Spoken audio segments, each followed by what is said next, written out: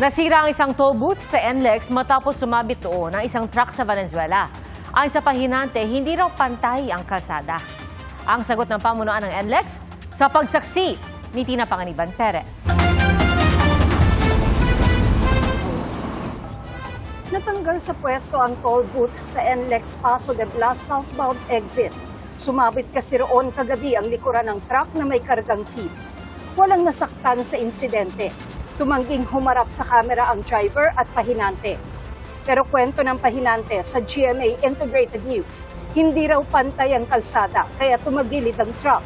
Bagay na pinabulaanan ng pamunuan ng NLEX. Kung hindi po pantay yung kalsada doon, kaya lahat po sana ganun yung mangyari. Safe po yung pavement po natin para daanan ng mga trucks.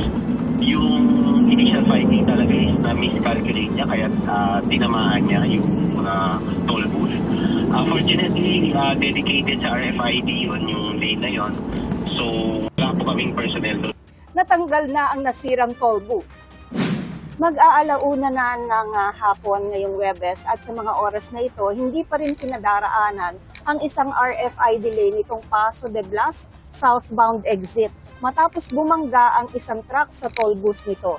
Sa ngayon, naigilid na yung truck pero hindi pa naiaalis dahil naghihintay pa raw ng rescue. Pero wala namang problema para sa mga motorista dahil may ibang lanes pang nadaraanan. Inaalam pa ng NLEX ang halaga ng pinsala. Tinitingnan din kasi yung mga nakakabit na system, yun po yung marami, yung mga system, and even yung mga electrical.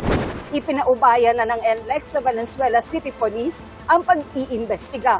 Kailangan po sagutin po ng driver yung damage na nangyari po dun sa toll booth po namin. Inaayos pa lang po with PNP Valenzuela yung maaaring case po dun sa driver po. At maaaring dun sa may-ari. Paalala ng NLEX, may height at weight limits ang mga sasakyang dumaraan sa expressway, lalo na yung may mga kargamento. Para sa GMA Integrated News, ako si Tina Panganiban Perez, ang inyong saksi. Mga kapuso, maging una sa saksi. Mag-subscribe sa GMA Integrated News sa YouTube para sa iba't ibang balita.